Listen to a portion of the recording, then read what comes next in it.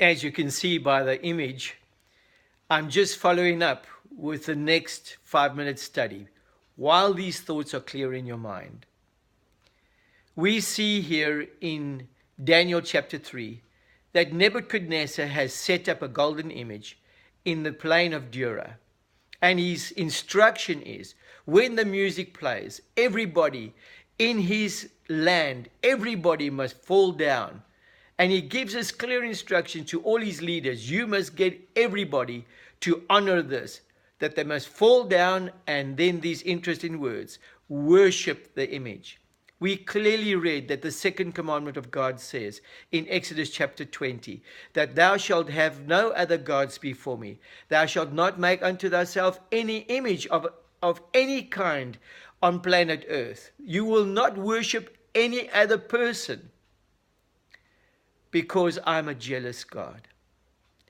The person whom you worship is the person that you will listen to. You will keep his commandments. You will follow him. Here we see Nebuchadnezzar is actually doing something. He wants to get people to worship him, to follow him, to keep his commandments. He is God, so he feels. Now, this story takes me to a section in Revelation chapter 13.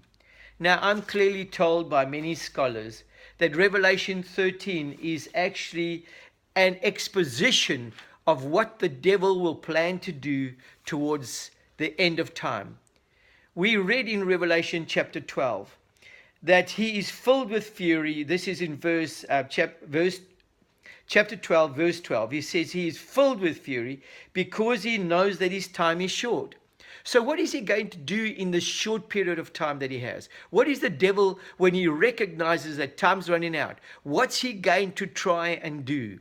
And I want you to notice certain things have been happening in times of old, always with the same pattern. But I want you to pick up here in Revelation chapter 13 that we come to a very interesting scenario that is played out. In verse 11 it says, then I saw another beast coming up out of the earth. Interesting expressions here, out of the earth. He had two horns like a lamb, but he spoke like a dragon. Interesting, two main expressions are given by this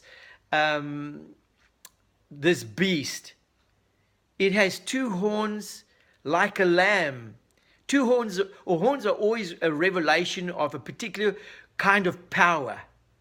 It has two horns and it looks like a lamb, but it speaks like the dragon. Now remember, in Revelation chapter 12, we are introduced to the dragon. It says there was war in heaven. Michael and his angels fought against the dragon. And we find out that the dragon is, if we read in verse 9, the great dragon, this is of Revelation chapter 12, was hurled down, that ancient serpent called the devil or Satan. No question here who we're talking about. Here we see clearly that this beast that rises up out of the earth, that has two kinds of powers, that looks like a lamb, is in actual fact the dragon in disguise. It's Satan in disguise. And I want you to notice what he does. He exercises all the authority. This is again verse 12 of Revelation 13. He exercises all the authority of the first beast on his behalf, and made the earth and its inhabitants worship the first beast, whose fatal wound had been healed. He gets people to actually worship an image again, another person, another God. It says there further, he performed great and miraculous signs, even causing fire to come down from heaven to earth in full view of men. Because of the signs he was given power to do on behalf of the first beast, he deceived the inhabitants of the earth. And then this very interesting takes place. He ordered them to set up an image in honor of the first beast, who was wounded by the sword and yet lived. He was given power to give breath to the image of the first beast, so that it could speak and cause all who refused to worship the image to be killed.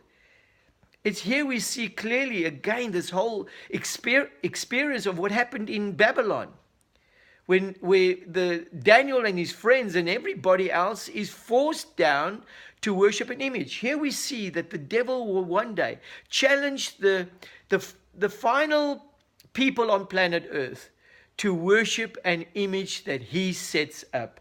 It's interesting, he goes on to say, he also forces everyone, small and great, rich and poor, free and slave, to receive a mark on his right hand or on his forehead, so that no one could buy or sell unless he had the mark, which is the name of the beast or the number of his name. Now, I'm going to be talking more about this in later times, but I want you to understand here that two things happen. You are forced to worship the image of the beast, and if you don't, there is a restriction placed on you. Let's conclude this study. We see in Daniel chapter 3, Nebuchadnezzar has made an image, placed it in the land of Dura. Something is happening in Babylon, dear friends, that has been recorded for us who live in the last days to understand. An image will be set up. We will be asked to bow down and worship this image as it was happening there. I want you to understand, in closing, there are two things here clearly and very important to understand. That first of all, the events taking place in Babylon are real events. They are literal. It is a literal Babylon, a literal image. Whereas the prophecies found in Revelation chapter 13 are symbolical. That means that it's not going to be a literal event really taking place. There isn't going to be a real lamb-like beast coming up out of the earth, and not a real image, but there is going to be this play of power, this play of getting you to bow down and worship another God. Remember what Jesus said, and remember what Paul said.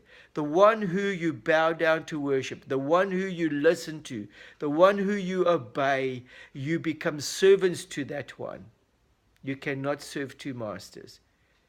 If God is the King of the universe, serve him. If there are other gods and you don't believe in the God of the universe, then serve them. Be obedient to them. My choice or my desire today, as for me and my house, we will worship God. I will be obedient to God because I wish to love him with all my heart and to love my fellow man. May you choose what I've chosen today.